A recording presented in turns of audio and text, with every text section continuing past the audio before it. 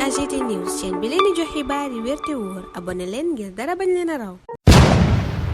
AGT News mbokki internet yu AGT News dal leen ak jàmm. Sénégal réewum jàmm réewum salaam réew moo xam ne dañ fay mës a gis cohésion sociale waaye itam lu ñeel wàllum politique daan na am ay jafe-jafe waaye fi nga xam ne jamono ji Sénégal fa la daal di toll mësuñu koo daal di teg bët mu nekk nag situation boo xam ne war nañ cee dox ay jéego waaye nag dafa am ay mbir yoo xam ne mën nañ jàpp ne moo gën a sabab li nga xam ne mooy xew ci réew mi moo di opposition li ñuy daal di kaas saa su nekk ne président Macky Sall ak ay ñoñam dañuy utiliser justice ngir daal di leen di faagaagal gis nañ ko ci kaawu Khalifa Babacar Sall ak ki nga xam ni moo di Karim Meïssa Wade Ousmane Sonko jàpp ne jamono ji loolee la nekk di daal di dund waaye nag mu teg ci ne kenn du ko teree nekk candidat ci atum 2024 waaye nag mu am ci beneen mbir moo xam ni sénégalais yëpp moom la ñuy daal di xaar loolu nekkul leen lu dul candidature bu président Macky Sall bi nga xam ni ñëpp jàpp nañ ne moom du ko daal di def fi ñu ko teg nag nekkul fenn fudul ci ñaari mbir benn bi mooy suñu constitution dafa am lu mu wax mu ne nul ne peut exercer plus de 2 mandats consécutifs au Sénégal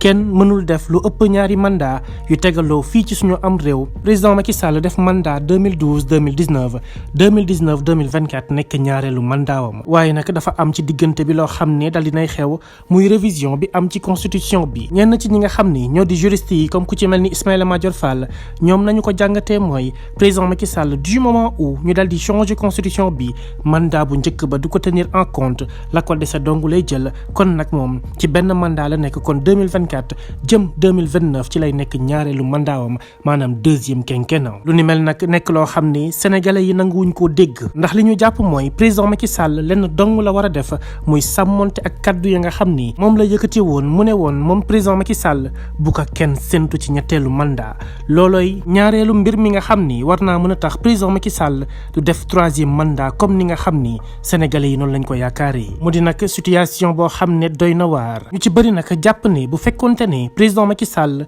tontu na waaw am déet ci lu ñeel mboobleb candidature konoon dëkk bi dina am benn stabilité boo xam ni kenn dootu ko natable Sénégal dafa nekk réew moo xam ni dañoo bëgg ku fonk aw kàddoom ndax président Abdoulaye Wade ci fàttaliku daa am ab baat bu mu yëkkati woon tax sénégalais yëpp gën koo mere mu di maa waxoon waxet te loolee dara waralu ko woon lu dul mbirum troisième mandat président Macky Sall Moustapha Niass Idrissa Seck ak ñi nga xam ne ñëpp jamono ji ñu ci ëpp ñu ngi ci langue politique gi àndandoo booloo nekk benn say dal di xeex ki nga xam ni moo di maître Abdoulaye Wade pour wan ko nekkoo lenn dañ koy respecté muy la constitution sénégalaise ca la sénégalais yëpp amee ndam lu rëy ba atum 2012 ñu jël président Macky Sall tabb ko teg ci bopp nguuru Sénégal mu ñëw indi discours bu bees indi espoir dëgg sénégalais yëpp am yaakaar ni Sénégal dina am coppite boo xam ni moo fii dal di am moom président Macky Sall dal di dig sénégalais yëpp na leen li nga xam ni moo di ñetteelu mandat bu ma ci kenn séntu ni may jiitee réew mi dina nekk lu sobre waaye itam lu vertueuse boo ko déggee mooy dinaa ko def ci tekk ci tey ci dal waaye itam dinaa ko def ci anam boo xam ni koppari réew mi day delluwaat ci waa réew mi koppari réew mi waa réew mi dañ ciy yëg seen bopp koppari réew mi kenn du ko détourné ba ëllëg ñuy am lu ñu lay toppee comme nañ ko defee woon ki nga xam ni moo di Karim Meïssa Wade ba jamono jooju ay OFNAC ak i CREI yi yëpp ñu daal di leen activer ngir retrouver waat kopparu Sénégal yi nga xam ni ay nit daal di woon nañ leen jël lu ni mel nag dema dem ba ci biir sénégalais yu ci bëri gis ci changement gis itam que ne bëri na ay scandale yoo xam ni ñenn ñu jege le président Macky Sall dañ leen cee dal di tudd benn bi Bougazelli ak mbirum faux billets yi nga xam ni jàppoon nañu ko ci mbirum Aliou Sall ba tey leerul ci bopp sénégalais yi ba tax ku nekk naan ani samay 400 000 waaye nag bi nga xam ne sénégalais yi ci lañ gën a amee lu leen métti mooy lu ñeel rapport bu Cour des comptes ñeel koppar yi nga xam ni moom lañ defoon ci fonds force Covid 19 loolee sénégalais yi gën cee am lu leen métti ndax la nga xam ne yëpp dund nañ ko ci jamonoy Covid 19 bi mu métti woon lool xëy suba dégg ci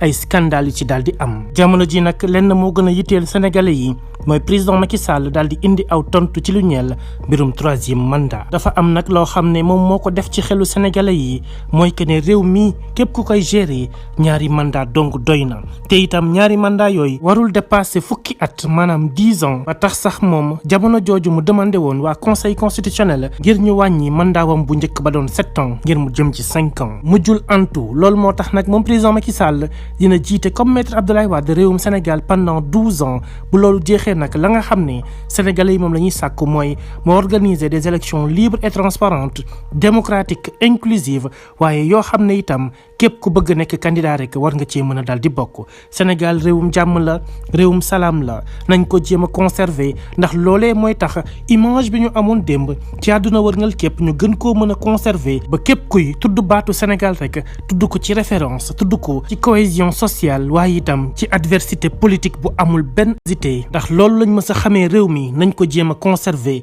muy président Macky Sall muy opposition muy société civile muy simple citoyen yi ñu doon ku ci nekk rek na nga xam ni réewu Sénégal avenir am ci sa loxo la daal di tegu kon am nañ ci partition buñ ci joué kon ku ci nekk na nga fexe ba sa rôle nekk lu baax nekk liy gën ci réew mi te ñëpp xam nañ nag ne atum 2024 dafa nekk virage boo xam ne bu am solo la pour réewum Sénégal bu ñu ko ratee mën nañ jàpp ne 50 ans ba 100 ans ci kanam sax du tax ñu dabuwaat ko ndax dinañ def fausse route te bu boobaa dinañ ko rëccu daal di nag porter préjudice maanaam tooñ suñu bopp tooñ suñuy njaboot tooñ itam suñu askan bi nga xam ne ëllëg ñoom lañ fi waroon mën a bàyyil réew moo xam ni dinañ ci daal di mën a jëriñ. AGT News.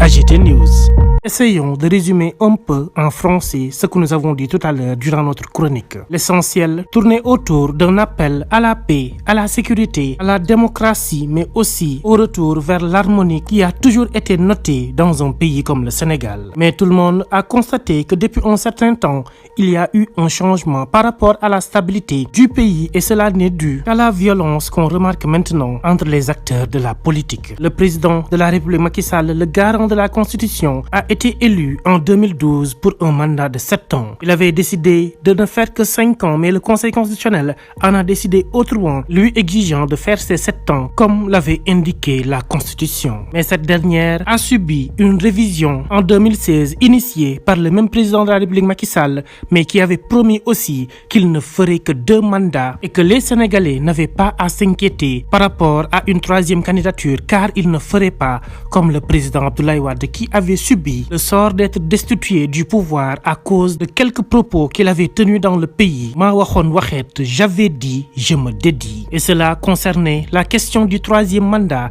raison pour laquelle président Macky Sall, Idrissa Seck, Khalifa Ababacar Sall et un bon nombre de ceux qui sont dans l'arène politique actuellement se sont réunis coude à coude pour faire face à Maître Abdoulaye Wade jusqu'à la victoire finale où le président Macky Sall a accédé au pouvoir. Une accession doublée d'un discours rassurant avec une gouvernance sobre et vertueuse dont tous les Sénégalais avaient espoir. Mais finalement, nous sommes tous témoins de la situation actuelle du pays, avec même des scandales où nous avons entendu le nom de certains proches du président Macky Sall. On peut en citer Bougazeli avec l'histoire des faux billets, le rapport de la Cour des comptes sur les fonds force Covid-19 et tant d'autres qui ont fait beaucoup de mal aux Sénégalais et qu'ils ne parviennent toujours pas à digérer. Raison pour laquelle un discours provenant du président Macky Sall sur la 3e candidature serait la bienvenue. Nous estimons que si le président Macky Sall s'était prononcé sur cette question, l'harmonie d'autrefois du pays serait rétablie si bien sûr il répondait par un non à la 3e candidature. Comme nous le disons dans chacune de nos chroniques, le Sénégal est un pays de paix et de stabilité. Étant toujours cité en exemple, le Sénégal, avec la participation de tous, doit redorer son blason en commençant par le président de la République Macky Sall, le gardien de la Constitution, le garant de la paix et de la sécurité, lui qui doit se prononcer sur la 3e candidature car, on le dit tout le temps, la Constitution du Sénégal a bel et bien dit nul ne peut exercer plus de 2 mandats consécutifs au Sénégal, mais aussi son Excellence, le président de la République Macky Sall, en a parlé plusieurs fois en disant « Je ne ferai que 2 mandats, après il faudra partir ». Donc, puisque tout le monde en parle, nous invitons encore une fois solennellement le président Macky Sall à se prononcer par rapport au 3e mandat avec un non comme réponse, mais aussi faisons en sorte que le Sénégal puisse retrouver son harmonie d'autrefois, que ce soit le président Macky Sall, Ousmane Sonko, la société civile, les activistes et tous citoyens de tous bords. Ensemble, nous pouvons bâtir un Sénégal meilleur dans la paix, la sécurité, la stabilité, en toute démocratie, de manière inclusive, avec comme objectif le Sénégal debout vers l'essentiel, car 2024 est un virage que tout Sénégalais ne doit pas rater. Il est temps que notre pays puisse se lever, aller de l'avant, mais aussi emprunter positivement la voie du développement, car nous sommes une société soudée. Malgré nos disparités, nous sommes une population avec un seul objectif, le changement, le développement, l'éthique dans le travail et la déontologie, le respect des droits humains, la liberté d'expression. Donc, main dans la main, avançons ensemble pour un Sénégal meilleur. AGT News.